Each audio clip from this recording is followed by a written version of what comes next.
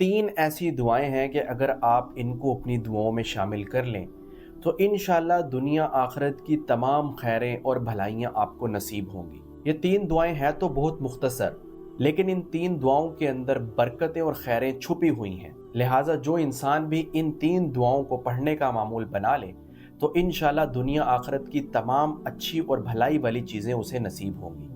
پہلی دعا ہے ربنا آتنا فی الدنیا حسنۃ وفی الآخرۃ حسنۃ وقنا عذاب النار۔ اس دعا کا نچوڑ یہ ہے کہ جب انسان یہ دعا پڑھتا ہے، جب وہ پڑھتا ہے ربنا آتنا فی الدنیا حسنۃ، تو وہ دنیا کے اندر جتنی بھی اچھی اور احسن چیزیں ہیں، جتنی بھی اس کے حق میں بہتر چیزیں ہیں، وہ مانگ رہا ہوتا ہے۔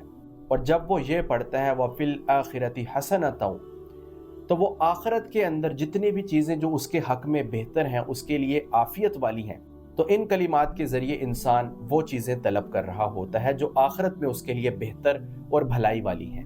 اور پھر وہ یہ پڑھتا ہے وقنا عذاب النار، تو ان کلمات کے ذریعے وہ جہنم کے عذاب سے بچنے کی دعا کر رہا ہوتا ہے۔ تو اس دعا کے ذریعے انسان دنیا آخرت کی تمام خیر و بھلائیاں مانگ لیتا ہے۔ دوسری دعا ہے ربی انی لما انزلت الی من خیر فقیر۔ اس دعا کے ذریعے انسان یہ کہتا ہے کہ یا اللہ، جتنی بھی خیر والی چیزیں آپ نے نازل کی ہیں، میں ان کا محتاج ہوں، لہٰذا وہ مجھے دے دیجیے۔ تو اللہ تعالیٰ نے جتنی بھی خیر اور بھلائی والی چیزیں اس دنیا میں نازل کی ہیں، تو انسان کو اس دعا کے ذریعے وہ ملنا شروع ہو جاتی ہیں۔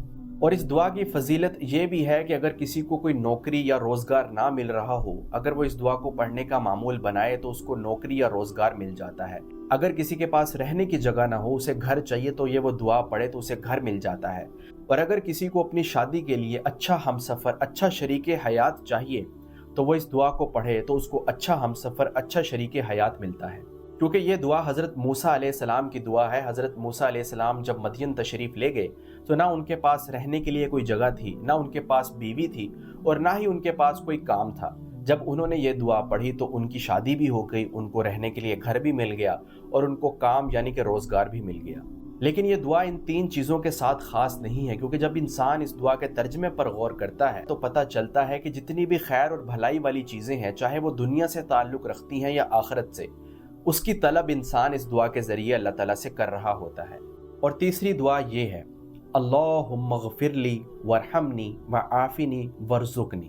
اس دعا کا ترجمہ یہ ہے کہ یا اللہ، آپ مجھے بخش دیجئے اور مجھ پر رحم کیجئے، اور میرے ساتھ عافیت والا معاملہ فرمائیے، اور مجھے رزق سے نوازیے۔ تو جو انسان بھی اس دعا کو پڑھنے کا معمول بناتا ہے، ایک تو اس کی بخشش ہوتی رہتی ہے، اور دوسرا یہ کہ اللہ تعالیٰ کی رحمت اس پر نازل ہوتی رہتی ہے۔ اور جس انسان پر بھی اللہ تعالیٰ کی رحمت ہوتی ہے وہ بڑا ہی خوش قسمت انسان ہے۔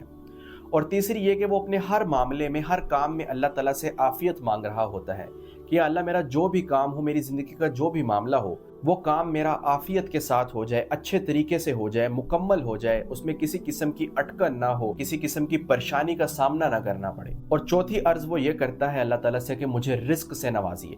رزق صرف پیسہ نہیں ہوتا، رزق کے اندر اور بھی بہت ساری چیزیں شامل ہوتی ہیں، یعنی جو بھی نعمت اللہ تعالیٰ کی طرف سے انسان کو ملتی ہے وہ اس کا رزق ہوتی ہے، اس کی اولاد، اس کا مال، اس کے کھانے پینے کی چیزیں اور اس کی ضروریات کی جو چیزیں ہوتی ہیں، تمام رزق میں شامل ہوتی ہیں۔ تو جب انسان یہ دعا پڑھتا ہے تو اللہ تعالیٰ اس کے رزق میں بھی برکت دیتے ہیں۔ تو کتنی ہی زیادہ اچھی چیزیں جو ہیں وہ انسان اللہ تعالیٰ سے اس دعا کے ذریعے مانگ لیتا ہے۔ تو یہ ہیں وہ 3 دعائیں کہ جو انسان ان 3 دعاؤں کو مانگنے کا معمول بنا لے تو دنیا آخرت کی تمام خیر و بھلائیاں، تمام تر نعمتیں انشاءاللہ اس کو مل جائیں گی۔